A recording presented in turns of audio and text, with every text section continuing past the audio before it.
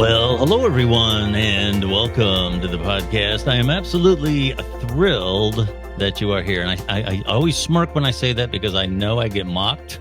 So that's kind of like my opening line now. My name is Billy Dees. If you've never checked out the podcast before, we are primarily an interview and a commentary podcast. Today, we have a very interesting interview, and it's being done.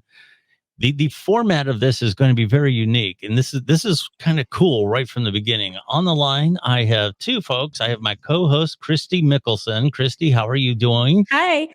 Pretty good. Hi, Bill. All right. Hello. And also Axel Savage, new to the program. Axel, great to have you. It's good to be here, Billy. All right. It's great to have you. Kristy is an author. She's written a number of books, and I'll let her kind of give you the finer details of this as the interview goes along. But basically what Kristy is doing is she's currently writing a book where one of the characters is heavily involved in the professional wrestling world. And she's a known friend of Axel Savage, who happens to be a professional wrestler. And she talked to him a while back about doing some character research. And she was telling me about it. And I was like, you know what? That'd make a good podcast. So, Kristy, let's start with you. You're the co-host. Tell us a little bit about your project here and what you are doing. Hi, Bill. And basically what I'm doing is I'm writing a book called Malibu Lounge. And in Malibu Lounge, it's about a wrestler who needs to build up his business a little bit because COVID kind of knocked it down. So they end up turning the wrestling promotion into a women's nightclub. And I've had the opportunity of going to wrestling trainings, but now I need to get into the head of a wrestler. So that's where Axel's going to come in. I need to get behind the scenes a little bit. All right. Very good. Axel, how do you feel about this? You cool with it, or are you a little worried that you're going to give away some secrets? Well, I'm going to do my best not to give away any secrets, but okay. I'm totally fine with it. 100%. Awesome. Kristy, go right ahead. All right. Well, Axel, as you know, I'm doing a book trilogy. It's a romance trilogy. And the first book is Malibu Lounge, which I'm basing heavily on your character, your wrestling character. But before I get into the wrestling questions, can you kind of tell everybody a little bit about yourself as a person? Sure. Yeah, I am. I've been a nurse for 13 years.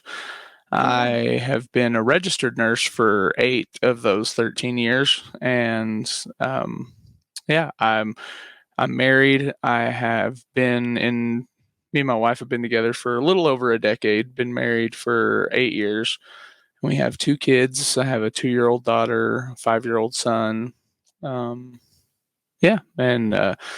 I started wrestling professionally, or I started training about 4 years ago. I've been wrestling for a little over 3.5 years. And just now starting to really travel. COVID kind of shut my travel plans down for a little while, but I'm starting to get back out there and travel a little more. Mostly been in Texas so far, but yeah. Well, with that said, when did you discover your love for wrestling? Was it something that happened when you were younger, or is it something you discovered as an adult? How is that? Well, honestly, I loved wrestling when I was younger. I loved it. I loved watching it. And despite my dad always telling me, that's fake, son. All that stuff is fake. And I still loved watching it. I loved being entertained by it. And I'd kind of fallen away from watching it and, got a little more involved with working out and things like that. And one of my buddies was really into it. And he had us order WrestleMania one year before he moved to Kansas. And I watched it and and I was like, it's okay. And then kept getting invited to shows by people I worked with and, didn't really know much about the independent scene. And I fell back in love with it. And that's when I decided to start training to do it. So, I've loved it since I was a kid, but it's definitely kind of like a new old romance, running into your, your high school sweetheart and you're both single kind of thing. It's like, oh, well, hey, maybe I am still interested in you. No, I'm just kidding. Now, back when you were younger, did you ever like wrestle in your backyard or anything? How did that go? Like, were you the Uh, typical wrestler little boy? no, we definitely like we wrestled on the trampoline, but as far as like those videos you see of like backyard wrestling stuff like that, we didn't do anything like that. But we'd hook each other up in moves on the trampoline and dump each other over and things like that. So yeah, but like me and my brothers and my cousins and stuff. So Now, back, we just talked about your childhood a little bit with wrestling. Go into the adulthood. How did you get started? Like, what happened? How did you get started? Well, like I said, I was working at a prison, honestly, and one of my really good friends, he was a lieutenant out there at the time. He kept inviting me to shows, and I was like WWE style wrestling, and he said, yeah, and I was like, I mean, okay, I guess. And I just asked him, I'm like, how did you even get involved in that? And he's like, oh, would you be interested? And because you have a good head on your shoulders, you're the kind of person I wouldn't mind bringing into the business. A lot of these guys are jerks, and I wouldn't want them out there. But you seem like, like I wouldn't mind you being out there. So um, anyway, I went to a show, and like I said, I fell in love with it all over again. I was like, oh man, this is so cool. This is like what I grew up watching on TV. This is awesome. I want to do this. I went out there thinking, oh, I'm just going to meet some guys and have some guys to work out with now that my best friend's gone. And the next thing I know, I'm like, no, I want to be that guy. I want to be in the ring. I want people looking at me. I want people cheering for me. Like, I want to do this. So yeah, that was good. So, do you find it like, I guess the word would be kind of attractive? Like, do you get in the ring wanting everybody to look like, is it all about looks? Do you want people just to look at Look you? at me, Kristy. Of course it's all about no. No, absolutely not. I've always been an entertainer since I was a kid. Like you could ask you can't ask my dad, but you could ask my mother. She just always wanted to be the center of attention, always found a way to be the center of attention.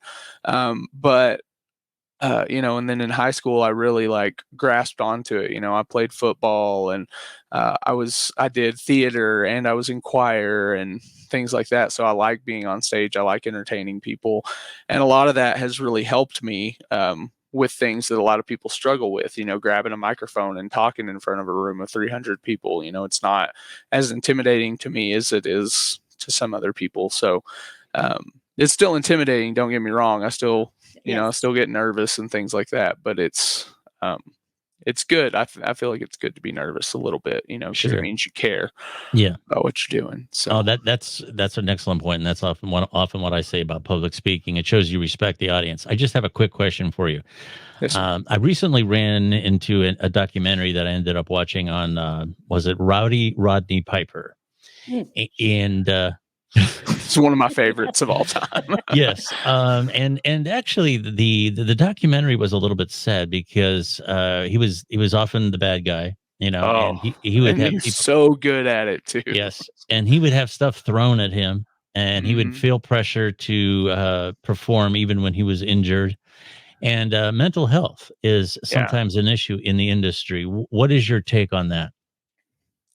I mean, it absolutely is something that I think I will say there are more people speaking out about it and talking about it these days, but it is definitely something to be taken into account. I think in the professional wrestling seminars that I've attended recently, it's always been talked about, and people, they tell you, and like even on some of the biggest platforms that are out there right now, like with AEW, I believe CM Punk, I heard him come out and say, if you're not okay, if you're going through something, reach out, tell somebody, ask for help. Don't be, you think it makes you weak, but it really doesn't. Exactly. And that's, and I'm a 100% firm believer in that. I help train at the school here in Lubbock.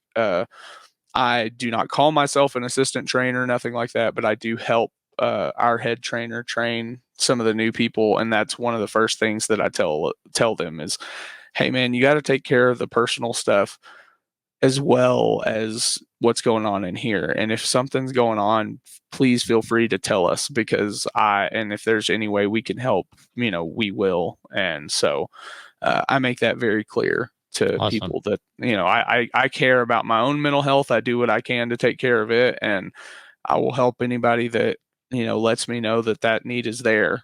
And so. Well, thank you. That's a great message. Go ahead, Kristy. Awesome message. But as you know, I'm all about suicide awareness and things like that, Bill. So Axel, I'm glad to hear something about that. Yeah, absolutely. My next question for you is, can you kind of walk us through a typical training day? Like what happens from start to finish? Like just wrestling training, or like my training in general? Your training in general. My training in general, I I wish that I could sit here and give you like a 10-point system and tell you like, oh, well, I make sure that I eat this, and that, but really I just try not to eat like crap. Like, honestly, I just try to eat better than, like, I try to actually think about what I'm putting in my body. Like, I don't go to McDonald's, I'm not going to say ever, because I do have kids, so I do eat it occasionally, but I don't go very often. It's not my go-to. I grew up in a house where McDonald's was the go-to. Sonic, fast food. Sorry, I'm not trying to blast any of these places. I'm sure that they have healthy options, but fast food in general is kind of understood to not be the most healthy.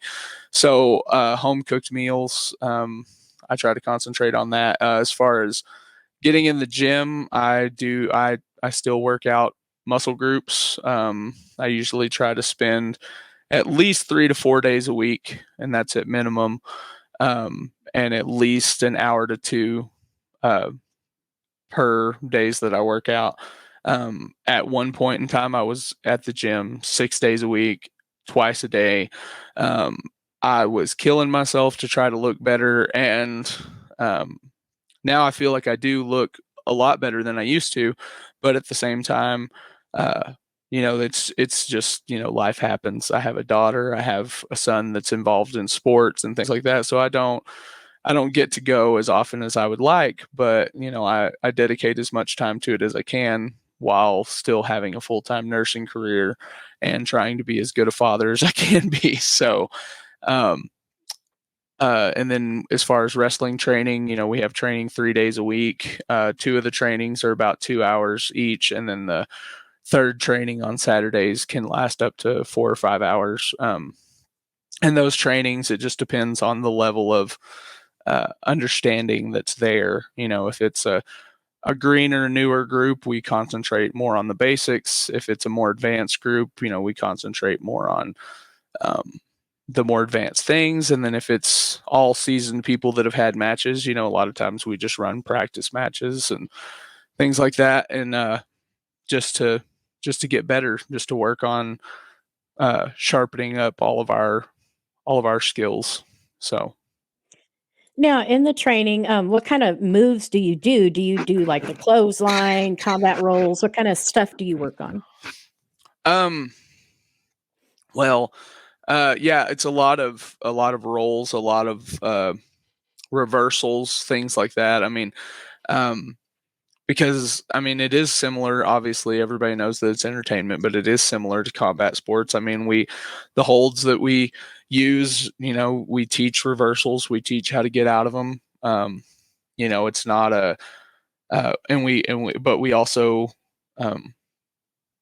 try not to, like I said, try not to give away too many secrets, but it's just one of those things that it's, it's important to know, if you're going to give something, you need to know how to take it, kind of thing.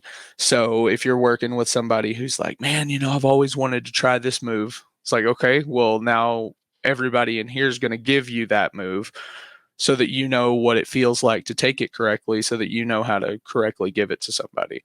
And, things like that. It's not I wouldn't say it's hazing, but that's just kind of, I feel like it's, for me personally, even our head trainer doesn't always do it that way. But for me, that's kind of the way that I like to do it. If somebody tells me they want to learn how to do something, I was like, well, if you want to learn how to do it, you have to learn how to take it.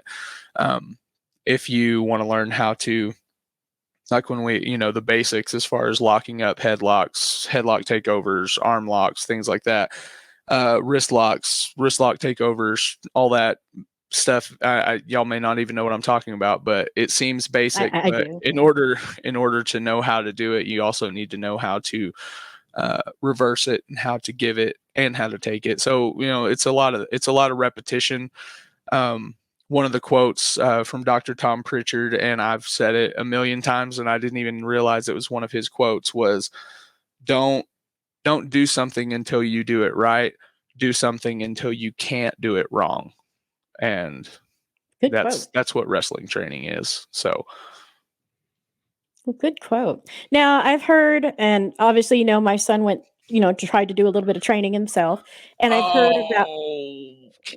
Sorry, I'm not gonna. Okay, Boo. Hi, Boo. I know I hope you watch this. Hi, Boo. I miss you. I'm sure he's gonna love you calling him that on camera, Axel. I know. That's why I was like, should I do it? And then I was like, yes, I'm absolutely gonna do it. Because if I didn't, he would think I didn't love him, and he knows I do. So. All right. Thank you for that, by the way. I'm sure he's gonna love hearing from you. But basically, what do you feel about the greenhorns getting having to pay their dues? Like, I've heard about pranks being pulled on them. What have you seen out there with the pranks on the greenhorns? Like, give me some insight on that. Okay, so I mean, honestly, like it depends. It really does. Oh man. Okay, so a lot of times it's just a rougher ride. You have to understand in order to do those things. Like me personally, when I was a green, and I mean, I still consider myself really green as far as the business is concerned. But when I was first starting out and really just not knowing how to do stuff, it was a lot of, like, shut up and listen, like a lot of like in my face, like, slow down, stop talking, just do what I'm telling you to do. And yes, sir. Like, okay, correct. I will do that. And for some people, that's all it takes. For other people, it's like, we did this all day the last time you were at training, and you come in here and it's the first, and I told you when you left, it was the first thing we were going to do when you came into training today, and you still screwed it up. So obviously you're still not working on it. And so then it's a little worse. It's not necessarily like, I mean, there is some hazing to it. A lot of it ends up being like people putting you in holds and actually making those holds hurt while you're in training. And they're just like, are you going to listen to me? And then, to some extent, I mean, and some of it's like simple pranks, like, oh, you left your shoes here, so we filled them with water and stuck them in the freezer. Don't leave your shoes at training, stuff like that. But, for the most part, I mean, it's all kind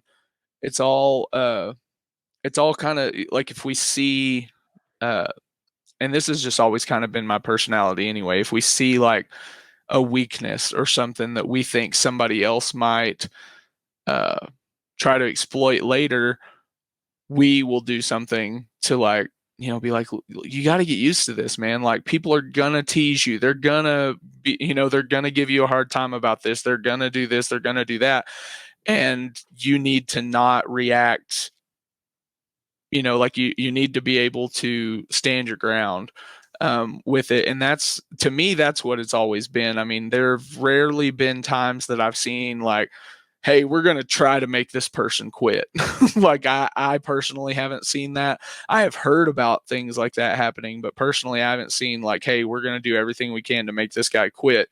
But I have seen like, that guy's going to get run all over if he doesn't get over that. So we're going to give him as much crap about it as we can until it doesn't bother him anymore, because our opinion should matter. The opinions of those people don't. So as long as we get him to where he doesn't care about that anymore, then it's okay. So okay. I'm moving along a little bit because I know we're kind of tight on time. Can you kind of tell me how it? Oh, you're fine. You're fine. You're fine. Can you tell me what you feel like before, during, and after a match? Give me in detail, like what you personally go through. So before a match, like I will say, it has evolved. Used to, it was just nothing but nerves. Nothing but nerves. I was a ball of nerves. I was sitting there like, don't want to screw up, don't want to screw up, don't want to screw up, don't want to screw up. Now it is, I mean, there's definitely still nerves for sure, but it is I mean, it's important to me in a way that it wasn't, before it was like, I just didn't want to, I was so scared I was going to screw up. And now it's I just have more of an understanding. I want to be more aware of what's going on, because that going out as a bundle of nerves really almost made me like tunnel vision. Like, this is the plan. I must execute the plan, and now it's like stuff's going to go wrong, and it's not always going to be perfect. It's not always going to be just the way you talked about. It's not always going to be, you're not always going to get the reactions you thought you were going to get. And so sometimes plans change, sometimes you're in that, and you have to be able to adapt to that. And going out there is like a bundle of nerves, like I said, or a bowl of nerves, or however you want to say it. It kept me from that. It kept me from being creative and thinking on my feet. It was just like, oh, I messed that up, so now we got to get back to that and do that again. And now I'm just like, crowd didn't really need that. I'm just going to keep beating you up. I don't care. Like, let's just roll with it. We'll go. We'll if I think we need to get back to it, we'll get back to it. But sometimes you don't need all that. Sometimes simple and a good story is really all you need to get the point across to the crowd. If you have the crowd and they're with you, then just go with it. And if they're not, then try something else. You may come to realize, like, all that stuff we talked about, they don't care about any of that. So they want to see this, and so this is what we're going to give them while we're out here. So now, speaking of crowd reaction, how do you handle it when the crowd is booing you or calling you names? That kind of, I've heard it all, so I want to know how they you don't boo me anymore. I've tried. I try to get them to boo me. They won't. No, I beg to differ. So I will say, when I started in the business, for sure, I wasn't ready. I wasn't ready to hear the boos. I wasn't ready to hear anything negative, really. Now, I mean, honestly, like, and I wasn't trying to be, a smart butt or anything. I've been a good guy for quite a while now at pretty much every promotion that I work for. And so it has really been a while for me since I've heard boos. The last time you saw me wrestle up there in Amarillo, I had to fight really hard to get them to boo me. Like, they should have been booing me, but they weren't. And then they finally did when I beat up the referee. But that's what it took. Yeah. I had to run back out there and punch the referee in the face for them to boo me. And so, and that's one of those, like, think on your feet things. We didn't, like, that's, sorry. Okay. I'm giving away secrets now, but we didn't plan that. Just so you know, you were at the show. That was not planned. I was at the show. Yeah. That referee had no idea that I was going to come out and beat him up. I went to the back. They were still cheering for me, even though I had attacked the champion with his own belt. And I was like talking crap to him and telling him, I'm the reason that you're here. I'm more talented than anybody else here. And they were like, yeah, woo. And I was like, boo me, please. And so I was like, where I left. That's funny. And they're still cheering. And then I was like, y'all think if I go back out there and beat up Parker, they'll boo me? And they were like, yes, absolutely. And I said, okay, I'm going. And I went out there, and the other wrestler had no idea I was coming out there. He broke beer cans over my head, and I pushed him out of the way. I was like, listen, I'm not here for you. I'm here for him. And I went after the ref, and then they were like, hey, boo. And I was like, finally. So I have to admit, you gave us an exciting show that night. I admit that. And I enjoyed it. But it is just, it's one of those things that, I mean, you learn when you love to be on stage, when, like I did when I was in high school, when people would come up to me. So I typically played the bad guy. I didn't get to be the knight in shining armor or the hero. I was always the bad guy because I was bigger than most people. And so, yeah, they would come up and they'd be like, you made me hate you. And I'm like, good, because you're supposed to. You That know? was your job. Yeah. Yeah, but like I said, first time in wrestling when I came out and people were like, "Hey, look at those pants! Oh, this guy, blah blah blah." I was like, "Hey, like that's personal. You don't even know me. Like, why are you saying those mean things?" And like, but now I know like it's all part of the show, and I should have just run with it, but I didn't know that then. At that point, I was supposed to be a good guy, and I came out and they were all like, "You suck. I hate your pink pants." And I was like, "What? I like pink." Man. Well, moving along a little bit, but I was wondering, some professional wrestlers say that wrestling could be very therapeutic. Do you find that to be true? And if so, how? Oh man, absolutely. So, like it really like the seminar that I just went to, this guy tried to say, it's not all about brotherhood and it's not, but the thing is I do have some brothers in the locker room and occasionally I get to have good, big matches with those people. And, knowing what they've gone through, knowing what I've gone through and having gone through some of it together and loving each other through it, and actually being friends in and outside of the ring and just getting to go out and entertain people together. In those instances, it's very therapeutic. I've said prayers with people before matches. I've, hugged people before the match and been like, I'm going to take care of you, you take care of me, and let's tear the house down. And so, yeah, absolutely. 100% giving away all kinds of secrets that you're not supposed to see. But I mean, we're at the independent level. Everybody knows I'm not trying to give it all away, but I love it. I love those moments. Those moments make it worth it to me. On top of seeing the smiles on my kids' faces and other kids' faces and hearing the cheers, like, yeah, that's all well and good. But man, when I get to go back there and know that I did my best to take care of them and they did the same for me, and knowing that we look out for each other in and out of the ring, it's I love that part of it.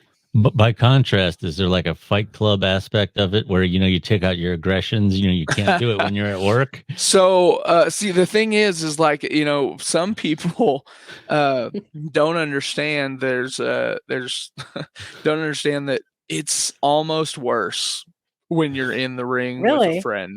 with a friend because we take liberties with each other. It's like, hey buddy, I love you, but I'm about to knock the snot out of you. or oops, I accidentally knocked the snot out of you and now you're going to knock the snot out of me because it's coming back. Checks and receipts, we talk about that all the time. And so, if I'm in the ring with somebody I've never worked before, they give me a little, bit of a stiff shot, I'll give them one back. We're feeling each other out. That's a different story. But if it's like, like the person I'm talking about that I hugged in the back and that I had those moments with, that person, goes off and nails me. Oh, it's on. it's cowabunga. It is. I've actually heard someone say that to me when I accidentally caught him with an elbow and he said, "Oh, cowabunga it is." And I went, "What?" And then he just boom, clocked me.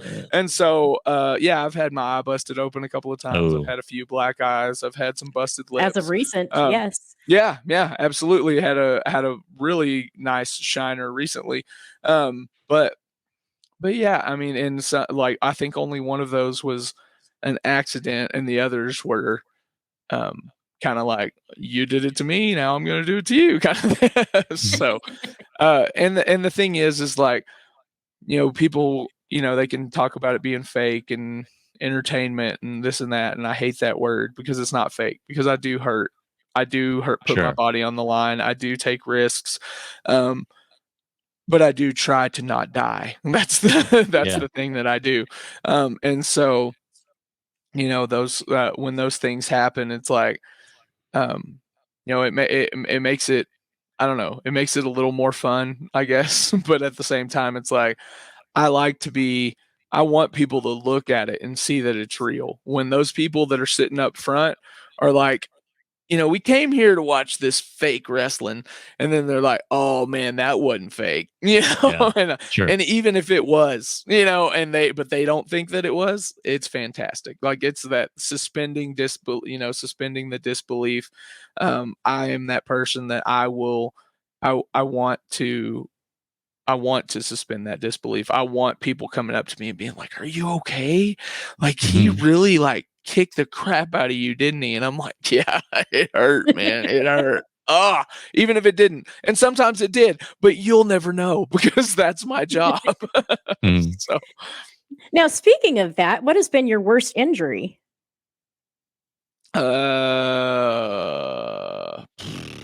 I mean, honestly, the worst one as far as the way it affected me was a concussion. I did get dropped on my head one time. And yeah, it's the only concussion I've ever had in my life. So, but I'm a nurse, so I knew what it was. But I mean, I went to work and the next day, and I was just like, as soon as I could tell like the vision changes I was having, I was like, oh, I have a concussion. Okay. It's like, I guess I'm not going to training for the rest of the week. So now, as a professional wrestler, in your opinion, because there's been some debate on this subject, what is more important during a match? Is it the fact that you can outmaneuver your opponent, or is it more important that you get inside their head and figure out their weaknesses and go against their weakness? See, that's a loaded question because again, it's all subjective. It's based on your opponent. I've had opponents that I don't know that I'm going to be able to get into your head, but I'm going to try my darndest to out wrestle you. Like I'm going to do everything I can to take you down. And then some of them, it's like, the only chance I got is if I get in your head, like you're bigger than me. So I'm going to have to get in your head to have a shot. And then some of them is just like that, you have to be on the defense. You have to be ready for them to try to get in your head because, on paper, y'all stand face to face and I'm here and you're here. I know you're going to try to get in my head, but, so I can't say, I think that good wrestling is important. I think that you should always be able to wrestle at the level or higher than where you are.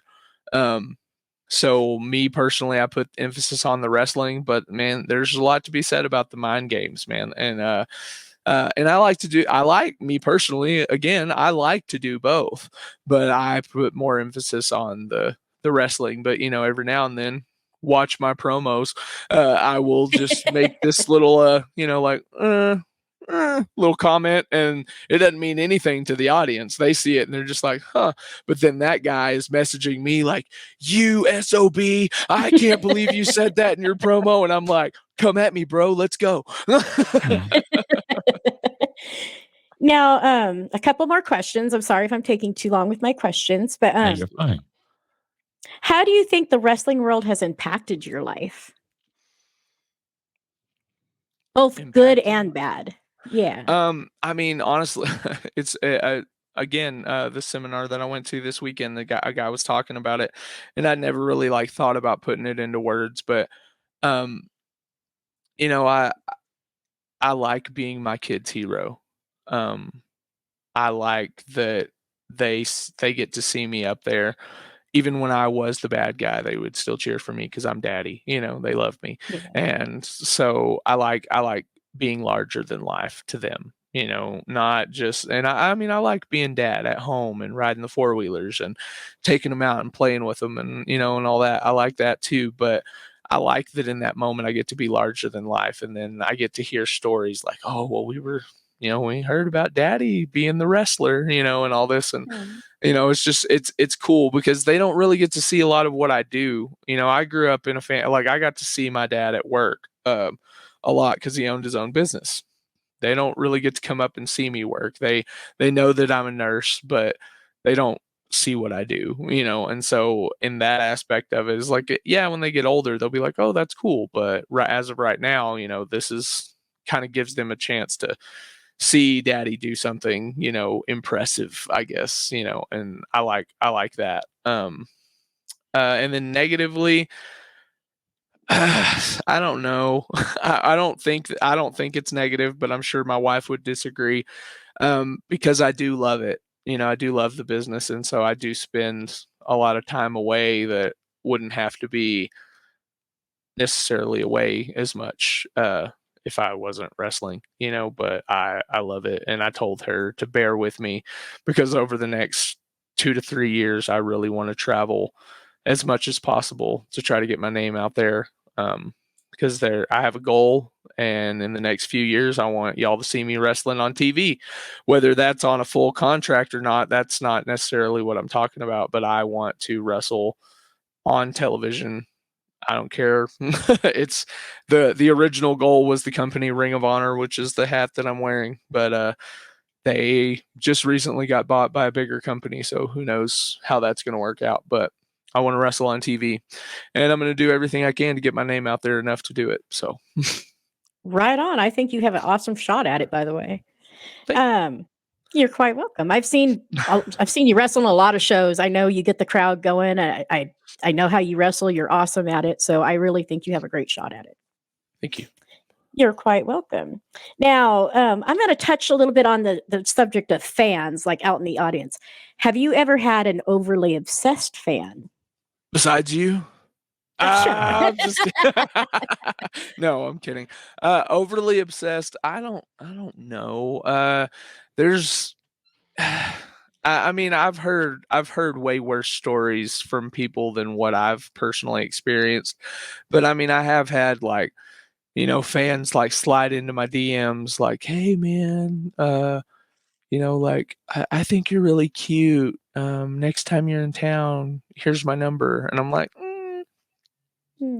and then the weirder ones honestly are like and they'll jump on comments on a post and they'll say something like, "Hey, would you be interested in like working a show here in this town against so and so?" And then I look them up and I'm like, "Does this person even have a wrestling company or anything?" And then wow. people tell me like, "Oh, some of these guys, man, they'll try to pay you to come wrestle in their apartment and stuff like that." And I'm like, Wow. "What? Like, is that a real thing?"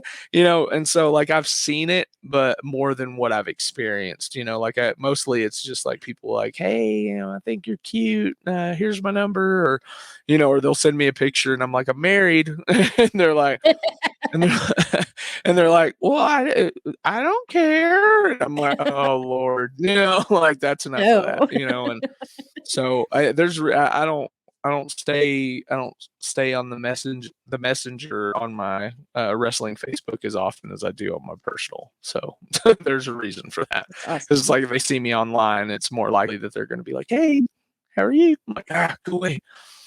But, Now, and have if it's you just ever a regular fan that wants to say they enjoy what I do, like, man, and I'll message them back. I'm like, "Yeah, thank you, man. Thank you for your support." People have messaged me and asked me if I have pictures, if I can send them promo pictures or an autograph or this or that. And I'm like, "Yeah, absolutely." And I send them the details and we get it worked out. But then it's just those that are like, "Hey," and then send a picture. And I'm like, nope.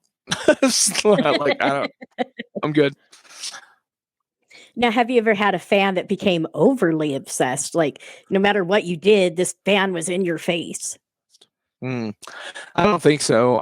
I'm pretty good at like dealing with stuff like that. I've got the kind of I've always been told that I have kind of what did they call him in Roadhouse? The cooler, like a cooler personality. Like I can just be like, "Hey," like I can de-escalate the situation. So I don't think it's ever gotten out of control.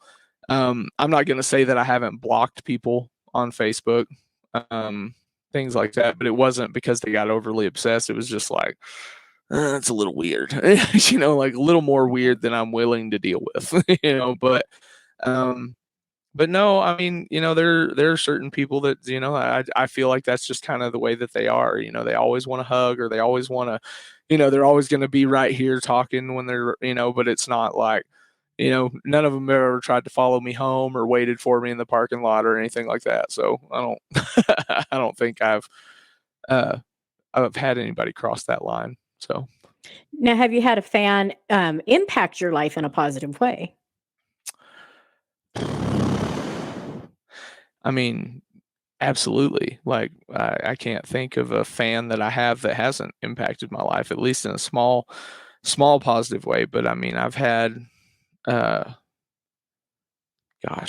Like there's a ton of examples that I could think of, and there's probably a ton more that you're aware of already. So, like just I've had fans that have become friends, and fans that have become almost as close as family. And it's like and so it's, I don't know, I guess in that aspect, it's like, I love what I do right now. I love being at that smaller level where I can have that personal relationship with, uh, with a smaller audience. I know like if I were to get big, rich, and famous, I would kind of lose some of that intimacy. But at the same time, I think that has to do with just the personality of the person, or the situation. But yeah, I mean, I've been helped through some stuff. I've been encouraged through a lot of things. I've had, phone calls that uplifted my spirits. I mean, I've had a lot of positive things to say about fans for sure. That's awesome. That's really awesome.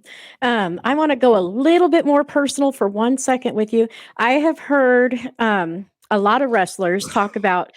I have heard a lot of wrestlers talk about how they turn to drugs and alcohol because the popularity and the stress kind of gets to them.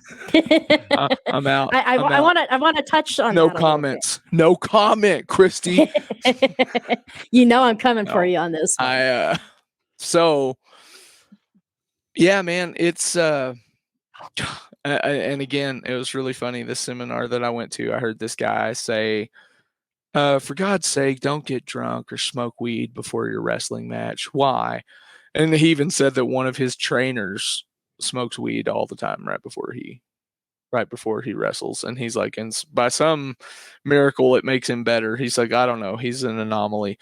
So, there's a lot of people that do things, a lot of people that have their vices and things like that. But so me personally, I don't know necessarily that I would say that it was just the stress of life in general and balancing it all out. It's like, yeah, was I in more pain than I would have normally been? Yeah. Was I putting my body through more than it would have been put through on a normal basis, as a full-time nurse? Yeah, sure. But it was, I definitely, I dove right into the alcohol for sure in the beginning. And then it was like, with my inhibitions lowered, it was like, running into people doing other things and, things I was interested in. And I don't know necessarily how specific I need to get, but it was cocaine, for sure. For me, that was my big thing. I loved it, at the time. I thought I did. I look back on it now and, and I almost messed up everything. I almost lost my wife, my kids, my house. I almost lost all of it. But I wouldn't have said that I wouldn't have blamed wrestling for it, and neither did my wife. Wrestling has always been a positive thing in my life. So the fact that I did those things, in or around the times that I was out in wrestling, and and I can't sit here and tell you that I've never gotten in the ring under the influence. I have, but I haven't in over a year. And which I'm proud of you for. Thank you. And I've gotten so much better in the last year. It's nuts. Like, it really is. Like, I think that, because when you're under the influence of those drugs, man, you think that everything you do is awesome. And you think that you're just like on top of the world and untouchable and so great. And I look back at some of those matches that I had, man, and they were just complete and utter garbage. And I was just, I don't know. But now, I can't remember the last show that I worked where I didn't get a compliment, where I didn't have somebody tell me how well I did or how much they've seen improvement in me. And, and it's on a personal level too. My home life is better than has been in years. And the thing is like I said, I would have never put it on wrestling. That was a personal thing for me. It was just me not dealing with my life and my problems and my losses and my pain. And, but yeah, it's, like I said, it's, my wife never even thought to ask me to quit wrestling because she knew that I loved it. And so she didn't blame it on the wrestling. I didn't blame it on the wrestling. I never thought for a second that it was because of that. It's just because that's what I chose to do. And I think it's that way for everybody, like that's what I was getting at when I was mentioning that, yeah, there are people that do it, but I don't think it has to do with wrestling. I think it's just, if you want to do it, you're going to do it. Personal choice. I wouldn't blame the, the brotherhood or the wrestling world for it at all. Yeah. Bill, go ahead. Go ahead. I was going to say. Yeah, I wanted to let Billy talk, Kristy. Jeez. I just wanted to follow up because, first of all, thank you for sharing that. I know that it can be a difficult thing to share. Here in Ohio, as you probably know, being a nurse, we're one of the worst areas in the country for addiction, and the opioid problem here is very high. Yeah, and one of the things that we fight is the stigma. I believe it's getting better with mental health. There's people who would disagree with me on that, but I believe the stigma is getting better. The psycho movies, I enjoyed those as much as anybody else, but they didn't do anything to help the stigma of somebody who's battling mental illness, because the vast majority of people who are battling mental illness are far more likely to be a victim of crime. They're far more likely to be taken advantage of by their own family. They're far more likely to be taken advantage of by contractors that come to their house, what have you. They're not likely to be Norman Bates. Yeah. By the same token, when it comes to addiction, there's a lot of stigma involved with that. A lot of people have this stigma that a quote unquote drug addict, which is a very derogatory term that we don't use, but this is what they call people. They picture these people that you see in movies, long hair, driving down the highway 100 miles an hour with a gun out the window. That's not what addiction looks like. Addiction looks like your next door neighbor, looks like your dentist. All it takes is that extra trip to the medicine cabinet when you're feeling down. And the next thing you know, you're in a pattern, and those patterns start to develop in the brain. And just like we said with mental illness, if you feel that you need if you feel that you need help with a problem, there's never a better time than right now to get help. Yeah, absolutely. So if you could speak on stigma and what's the best step once you realize that you're in that trap. Man, when we talked about mental illness, this was just as much on my mind earlier in this conversation as it is now, because that's another thing that I tell the trainees. I'm like, I've been through it, and I've gone as far as to tell them my whole story and the things that I did and everything, and just tell them, like, listen, I said, I will do anything I can to help you. I will, I said, but the thing is all I can do is what was done for me. All I can do is give you the tools, but you have to want to get away from it, and the thing is like a lot of people realize they're in it. And I was one of them. I realized I was in it long before I was willing to get the help to get out of it. Yeah. I knew that I was going to require help. I knew that I needed it. But I wasn't ready to feel my feelings. I wasn't ready to deal with that stuff, and it breaks my heart because I still talk to some of my old coworkers, and they're like, man, we miss you. We wish you could come back. And I'm like, yeah, I miss you guys too. But, and one of them told me, and I know this may be like overshare, but he told me, he's like, I can't use that bathroom because I know that that's the bathroom that you used your drugs in, and it breaks my heart when I go in there and I think he was right here. And he didn't tell us, he didn't reach out. And I was like, I wasn't ready, man. Like, I don't know what to tell you. Like, I wish I would have too, but I wasn't ready.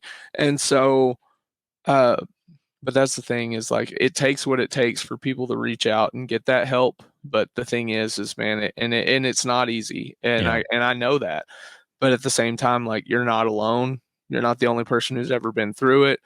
There are multiple people who are willing to help you. I walked into a room and just looking at the room, I gauged it out and I went, ain't nobody in here going to understand me, but all I want to do is die because I'm tired of feeling like this, Yeah. and I told them exactly how I felt, and they said, "Hey man, that's what we're here for. Let us help you not feel that way." And and it was the room of Alcoholics Anonymous, and I worked the steps. I got a cool sponsor. I really enjoyed. He's an old cowboy, and we had little to nothing in common except he knew how to live and I didn't, and he taught me. And and I've tried to teach other people, and I've failed, and I haven't failed. They failed. Let me just put it that way, because the same thing I tell, like I'm saying right now, and I tell them, I'm like, I can give you all the tools, but you have to want to do it, and I did. I wanted to. I attacked working those steps with the desperation of a drowning man, because that's exactly what I was. I was about to lose everything or take my own life. That was where I was at, and I needed a way out, and they gave it to me. So That's awesome. And so, yes, I'm a big supporter of 12-step programs. So Awesome. There's a plug right there. Get Great. help. If you need it, reach out. Let Billy know. Billy can give you my information. Hey. Now, I kind of want to follow up with that a little bit. When I first met you, you were still going through the 12 steps. You're still going through Alcoholics Anonymous, the whole thing. We talked a lot through your emotions and stuff like that. Can you honestly say that helps someone, like, just to sit and talk and let that person talk out their fears and anxieties? Like, how did it make you feel during that time that we were talking? Okay. So that's one of those things that, man, it's like, I'm trying. I've heard a lot of people talk about the 1,000-pound telephone, that they know that it'll help them if they would just reach out and make that phone call. They know that it's going to help, but they can't muster up the strength to do it. And I think that was the biggest thing for me this time. That was the biggest thing that helped me, was that I didn't care. Used to, I was like, I don't want to be an inconvenience. I don't want them to think I'm weak. I don't want them to think that I'm powerless, or that I'm hurting, or that I'm not strong enough. And the thing is I realized I'm not. I wasn't strong enough to get through it on my own, and I didn't have to. And that was the biggest thing that changed for me. I can't tell you how many times this woman on this podcast right now saved my life, because I was freaking out and I just didn't know how to deal with it. And I just needed somebody to talk to. I just needed somebody to send me some messages and talk to me at 3 a.m. when my mind was turning on me, basically. You're going to make me cry. And to tell me that everything was okay. It meant the world to me. And, and the thing is she didn't have to do that, and what changed my whole perspective this time around wasn't just Kristy, but I do give you a lot of credit for sure. And you deserve it. The very first, and I was about 26 days clean, and I've never been suicidal. That was never a thing for me until the night that I was 26 days clean. And it was the only thought in my mind. I couldn't get it to go away. All I wanted to do was take my own life. And I 100% believe that it was God. God put this thought in my head. It was like, did you remember when you left work the day that you were relieved from your job because of the things that you had done? You had a friend who's been through addiction and been through AA, and he said, if you ever need me day or night, anytime, 24 hours, call me. And people have told me that before, but for some reason that popped into my head, and I could barely function. And I reached through my phone and I found his number, and I called him and I woke him up, and he was more than happy to talk to me for no other reason than somebody did that for him, and I give my number out all the time for the same reason, because I know what it meant to me for those people to be there for me during those times, and for me to know that I wasn't alone and that I wasn't by myself, and that there were people that cared about me no matter what my mind was trying to tell me in the middle of the night. So yeah, it became one of those things where I didn't care if I wouldn't let my mind talk me out of it, like, oh, you're going to be an inconvenience, or oh, they're going to think you're weak, or oh, I was just like, I don't care, because I am weak right now in this moment. I am, and I need help right now in this moment. I don't want to be by myself. And I just, and it helped me personally. Other people want to deal with their anxiety different, but mine, I needed somebody else. I needed that person. And Kristy, you were that person a lot, and I appreciate it. I know. So. Thank you. You're gonna make me cry. Stop.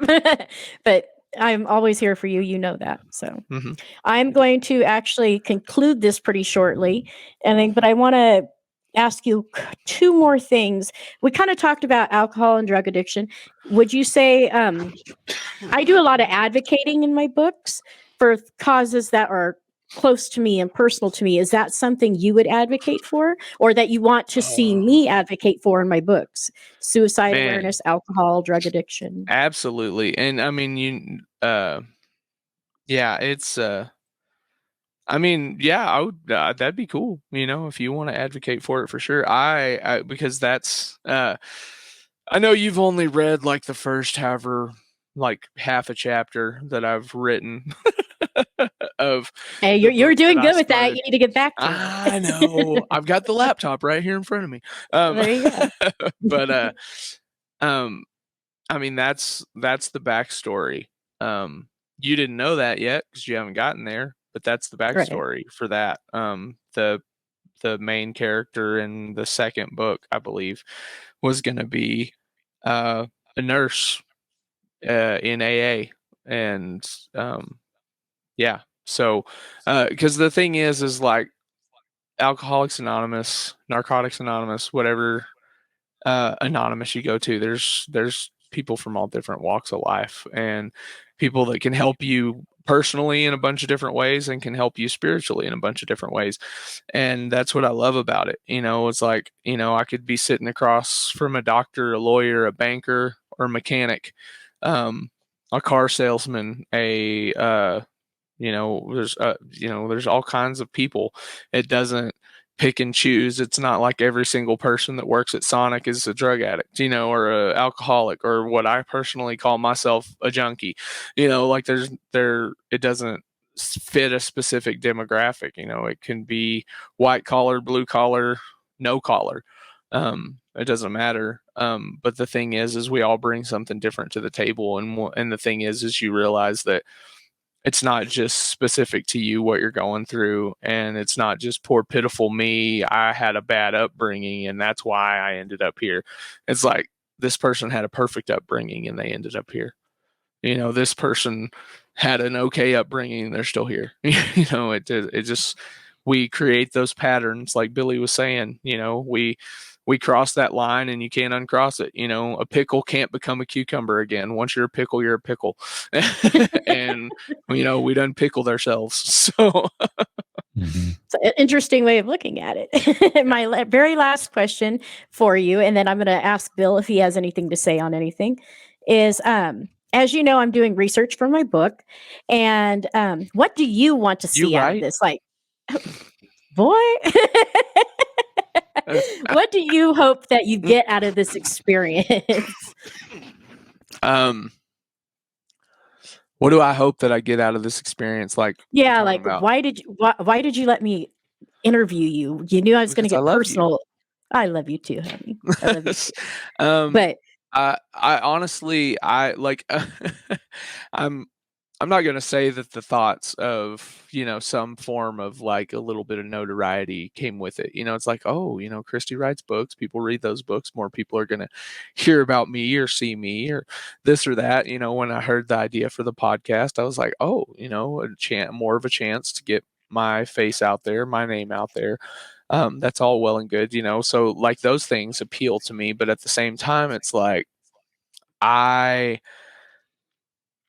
I don't know. I like putting that perspective out there. I like getting, I like letting people in, behind the curtain a little bit, without totally like just sounding like, I don't know. I've heard other people do it and I feel like they don't do it right. Or maybe they just don't have the same heart for the business that I do.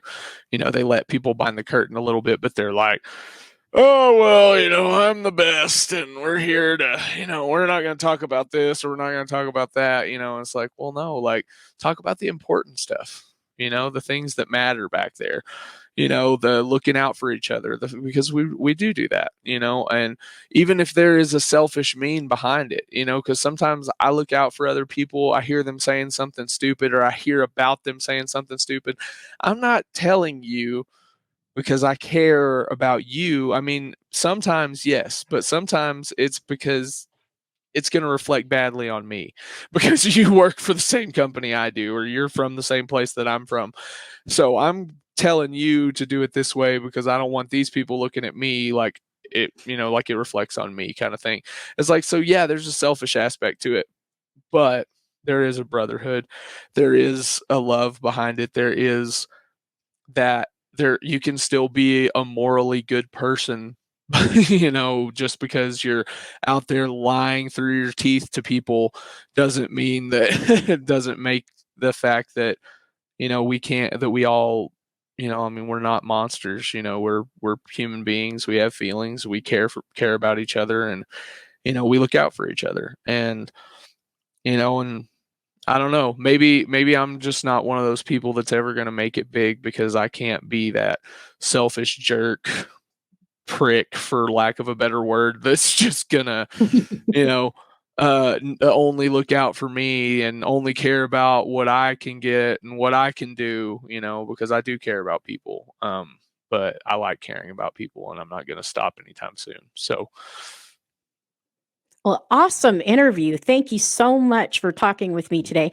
Now, just so we are all clear, am I safe to use some of your answers in my book? no, absolutely not. I'm completely dissatisfied with I told you she crossed the line, Billy. I told you she was going to cross the line. And she did, right? And this whole interview needs to go in the garbage can. And we'll do it all again, and we can only ask the first 2 questions, and that's it. You know me, though. I'm going to I'm go further. Well, it's been awesome absolutely. talking to you, and I'm going to turn this over to Billy and see if he has anything to say to us. How you doing, Bill? I'm doing great. Hey, I just wanted to tidy up a few of the things that we talked about. The National Suicide Hotline is 800-273 8255. And anytime we talk about suicide, I always try to give that once again, 800-273 8255.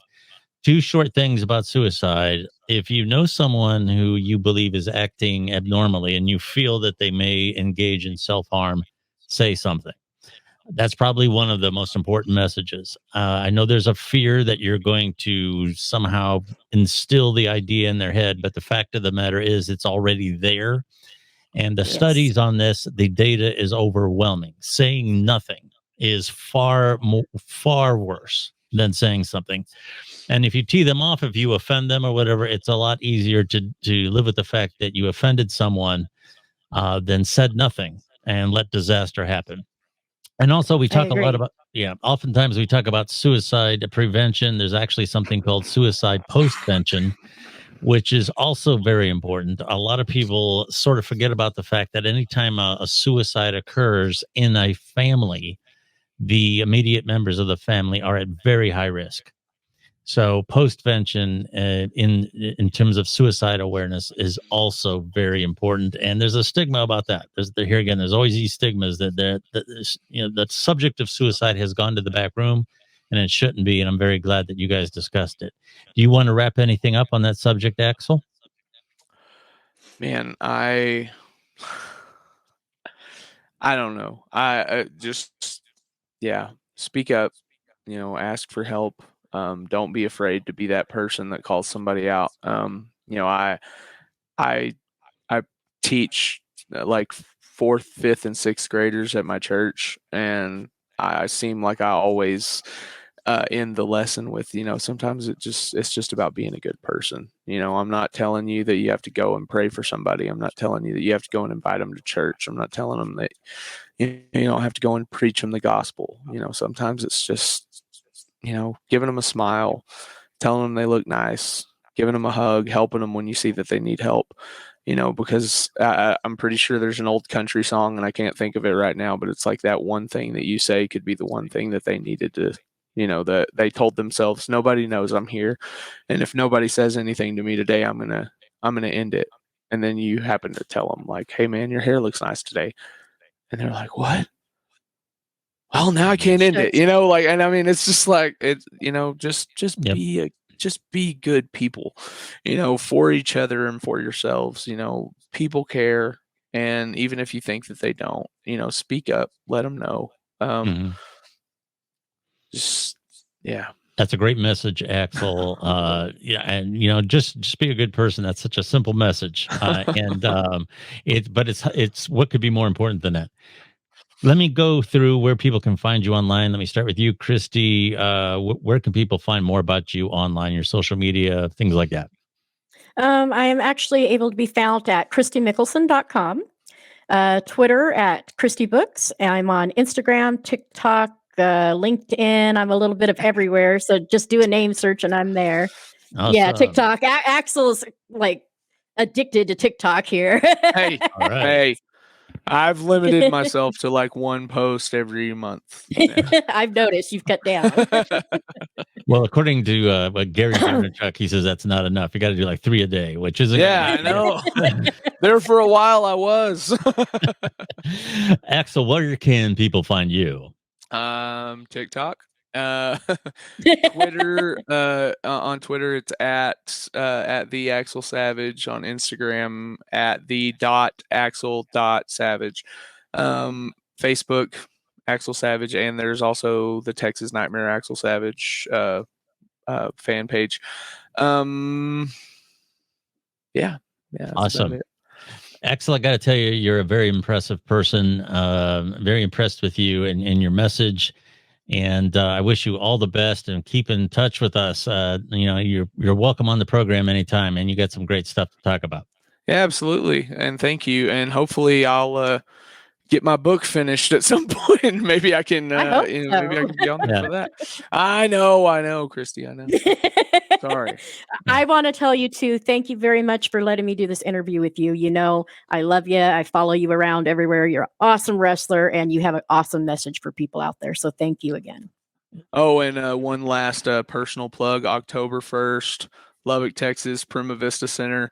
Come see me in a cage match. It's going to be awesome. I'm going to become the champion. Absolutely. Woo! 100% guaranteed. I'm guaranteeing it right now. I don't care if it's 5 months away. Right now, me, champ, come watch. I'll be there. Well, you heard that, everybody. Check out Axel Savage. Yes, absolutely. That sounds like it's going to be awesome. Billy, I don't care if you're in Ohio, man. We'll fly you down. October 1st. Sounds good, man. Kristy's a veteran of the show. Thank you for doing your interview here. Very glad to provide this forum for you. And for those of you listening, just to let you know, you can find the Billy Dees Podcast pretty much anywhere podcasts are found. Apple Podcasts and Spotify are our mainstays. We've been on those platforms for years. We're on dozens of others. And we have a new partner, Good Pods. What Good Reads did for books, Good Pods is doing for podcasting. You can just check us out there. You can follow me on Twitter. Real easy to find on Twitter at Billy Dees. And you can tweet me. You just have to be nice now. You got to be nice. All right. Thank you very much for tuning in, and we will be talking. Hey, do you have some people who want to say hello? I'll make them full screen for you. Hi, Hazel. Hi, Hazel. Hi, Xander. Stay right here. Into the microphone. Say it. Wrong side. There you go. Hi. Hi. Adorable family, Axel. Adorable. Thank you. All right. Is that what you need? Okay. All right, very good. He sounds. Axel's got his hands full there. Sorry. No, you're fine. Thank you very much for listening to our podcast today, and we will be talking to you again next week. Bye. Thank you. Bye. Thank you, Billy. Thank you, Kristy. Thank you. Well, hello everyone. I am Billy Dees from the self-titled Billy Dees Podcast. You can find me on Apple Podcasts, Stitcher, TuneIn, iHeartRadio, and many more of the best podcast networks.